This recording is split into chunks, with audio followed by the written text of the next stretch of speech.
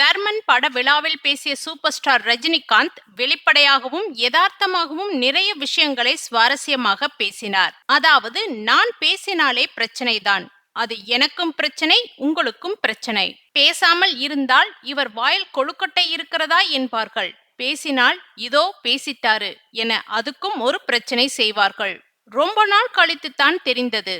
அதாவது, நம்மை பிடிக்காதவர்களுக்கு நாம் எது செய்தாலும் பிடிக்காது, நம்மை பிடித்தவர்களுக்கு நாம் செய்யும் எல்லாம் பிடிக்கும் என நினைப்பது முட்டாள்தனம். தமிழக முதல்வர் விஜய் நேற்று முன்தினம் தனது 52வது பிறந்த நாளை கொண்டாடினார். அவருக்கு அரசியல் பிரபலங்கள் முதல் சினிமா நட்சத்திரங்கள் வரை பலரும் வாழ்த்து தெரிவித்த நிலையில், சூப்பர் ஸ்டார் ரஜினிகாந்த் சமூக வலைதள பக்கங்களில் வாழ்த்தெதுவும் தெரிவிக்காதது விவாத பொருளானது. முதல்வர் விஜய்க்கு ஜனாதிபதி திரௌபதி முர்மு, துணை ஜனாதிபதி CP ராதாகிருஷ்ணன், பிரதமர் மோடி, லோக்சபா எதிர்க்கட்சித் தலைவர் ராகுல் காந்தி, முன்னாள் முதல்வர் MK ஸ்டாலின், எடப்பாடி பழனிசாமி உள்ளிட்ட அரசியல் தலைவர்களும் திரையுலக பிரபலங்களும் வாழ்த்து தெரிவித்தனர். தமிழ் சினிமாவின் மூத்த நடிகரான கமலஹாசன் உள்ளிட்டோரும் விஜய் பிறந்தநாளுக்கு வாழ்த்து கூறியிருந்தனர். எனினும் நடிகர் ரஜினிகாந்த் விஜய் பிறந்தநாள் வாழ்த்து கூறி எதுவும் பதிவிடவில்லை.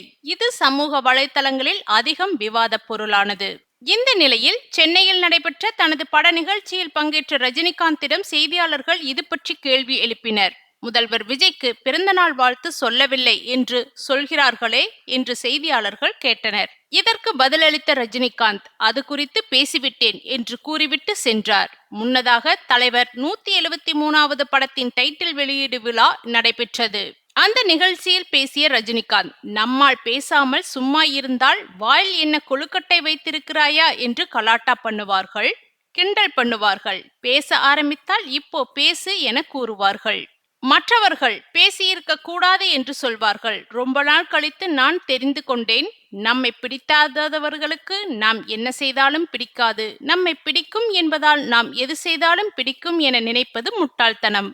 எனவே ஜாக்கிரதையாக இருக்க வேண்டும் என்று கூறினார். முன்னதாக விஜய் முதல்வராக பொறுப்பேற்ற பிறகு அவருக்கு ரஜினிகாந்த் வாழ்த்து சொல்லவில்லை என்றும் சமூக வலைதளங்களில் பெரிதும் விவாதத்திற்கு உள்ளாக்கப்பட்டது. குறிப்பாக சென்னை விமான நிலையத்தில் விஜய் முதல்வர் ஆகியிருக்கிறாரே, அது பற்றி உங்கள் கருத்து என்ன செய்தியாளர்கள் கேட்டதற்கு பதிலளிக்காமல் கடந்து சென்றார். இது அரசியல் வட்டாரத்திலும் பேசுபொருளான நிலையில் செய்தியாளர்கள் சந்திப்பு ஒன்றை வைத்த ரஜினிகாந்த் தன் மீதான விமர்சனங்களுக்கு விளக்கம் அளித்தார். ரஜினிகாந்த் கூறுகையில், விமான நிலையத்தில் விஜய் பற்றி கேட்ட கேள்விக்கு அவருக்கு நான் வாழ்த்து சொல்லவில்லை என்றும் விமர்சிக்கிறார்கள் என்று கூறியிருந்தார். மேலும் அவர் பேசுகையில் படத்தின் டைரக்டர் அஸ்வத் பற்றியும் பேசியிருந்தார். அவர் முதலில் ரவிக்குமார் இயக்குவதாக இருந்தது, பின்னர் சுந்தர் சி, அதற்கு பிறகு சிபி சக்கரவர்த்தி என மாறி கடைசியாக அஸ்வத் தனது படத்தை இயக்க உள்ளார். சிபி சொன்ன கதை பிடித்திருந்தது. ரொம்ப சென்சிட்டிவ் சப்ஜெக்ட், அணு விஞ்ஞானி சம்பந்தப்பட்ட படம், அது கொஞ்சம் டைம் ஆகும் என்பதால் தள்ளி வச்சிட்டோம். ஆனால் கதையை நான் கேட்கவில்லை, நீங்களே கேட்டு சொல்லுங்க என கமல் சொன்னார்.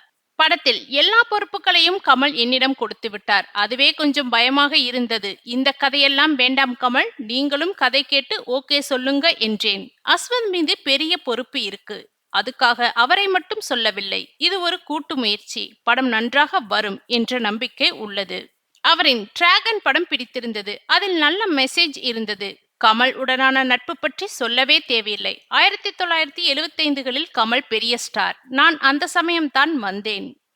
இளமை ஊஞ்சலாடுகிறது படம் கமலால் தான் பண்ணேன். அதில் முதலில் ஜெய் கணேஷ் நடிக்க வேண்டியது, கமல்தான் நான் நடிக்க வேண்டும் என ஸ்ரீதரிடம் பேசி நடிக்க வைத்தார். படத்தில் நான் செய்த மேனரிசம்